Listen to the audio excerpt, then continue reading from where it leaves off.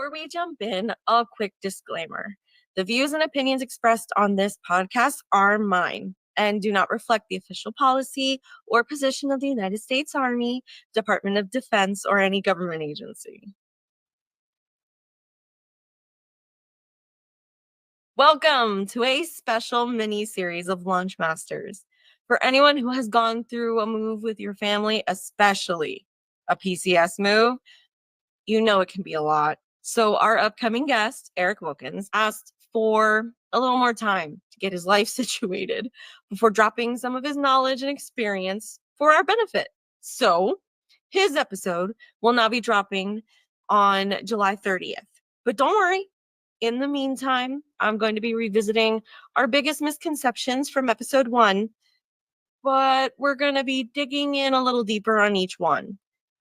Plus a bonus misconception. But why? Because I believe strongly that these misconceptions are the ones that are stopping service members and veterans from launching their business dreams. And it's time to make them a non-issue. All right, so misconception number 1. I need to have it all figured out before I start. Let's go ahead and just kill this myth once and for all. The idea that you need to know exactly what you're doing before you start a business is one of the biggest lies holding people back, especially for us, service members, veterans. We're trained to prepare for every mission, like lives depend on it, because at times it actually does. But guess what? In business, the best learning happens while you're building. Every successful entrepreneur started with a rough sketch, not a 100-page plan. Take Amazon, for example. Jeff Bezos started selling books from his garage. He didn't have the Kindle, Prime, Alexa. None of that was mapped out on day 1. He just started. Or how about a personal example? In episode 1, I mentioned how I got my start with my first podcast, Small Biz Highlight. Now, unlike Launch Masters, every episode of Small Biz Highlight was streamed live. There was no editing or cutting out anything. The moment I pressed record, whatever happened was going to happen. And I had no choice but to accept it. I don't know how that would make you feel, but for me, that was absolutely terrifying, to the point where I had to do some Lamaze breathing to calm my nerves before hitting the go live button. And I'm not kidding. You can ask any of my previous guests. They can tell you. I will never forget one of my first episodes interviewing a friend of mine from high school, Mr. Chad Hopple. I was so excited to have him on, but my nerves got the best of me. And during the interview, my mind went blank. And I said, what else can I ask you? Out loud. Ugh. Rewatching that episode, I feel so mortified. Oh, but in the end, his support meant everything. And I ultimately survived the episode. Now, what is a big takeaway from this? Not only did I take the first step to start the show, but then I became consistent with it, going live each week and interviewing different people each time. Eventually, there was less of a need for the breathing exercises. Became more of just a deep breath in and out and done. Why? Because I was finding my groove, getting comfortable. Once I got to that comfortable spot, then the creative juices started flowing, and suddenly I found myself starting to figure out, what else can I add to this? It's just how it goes. I promise it works. A quote that I think fits really good with this, and one to keep in mind, all right?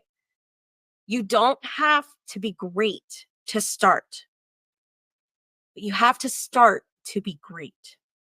And that was from Zig Ziglar.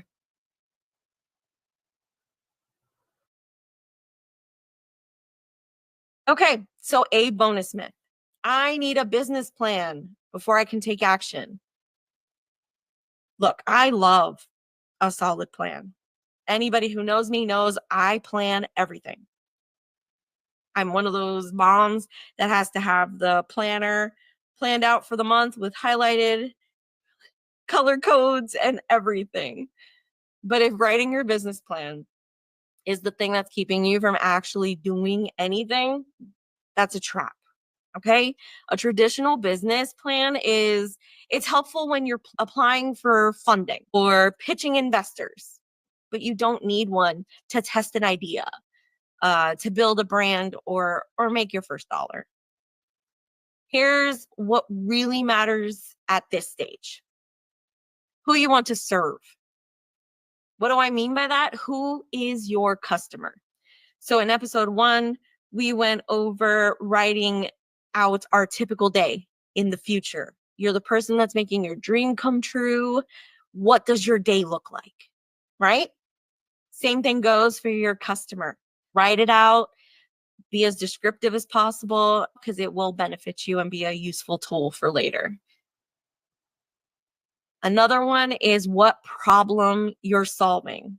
Now, this also falls in line with episode 1 because we talked about writing on that page, you're splitting it in half. And on one side, you're writing the skills from the army that you've learned. And then on the other side, you're writing your passions, the things that you've always wanted to do. You take it that one step further, teaming up your passions with your skills. And now you're figuring out what problem you can actually solve and get really detailed with it. Finally, how you'll start getting in front of people.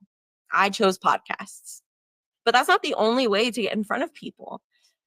There are so many other ways. There's public speaking, going to vendor events. Networking events are awesome. Posting reels and short videos on social media. Really, it all depends on what you're comfortable with and your industry, what fits it right. See what other people in your industry are doing to help boost their business and on social media. In the end, it's what is going to help you get in front of people, let them get to know you. Because remember, people are not doing business because of what you do, because of who you are. All right. You know, I'm not letting you leave without a mission. So here's your next step. Set one micro goal. What is a micro goal? It's a small, specific, and quick to accomplish goal. Usually designed to build momentum and confidence. Because let's face it, the moment you start knocking out one after another, it starts making you feel kind of good, huh? So that's the point. You're usually going to align it with a bigger goal, like starting a business. Not a 5-year plan, just one task. You could draft a quick pitch about what you want to offer, even if it's just for yourself.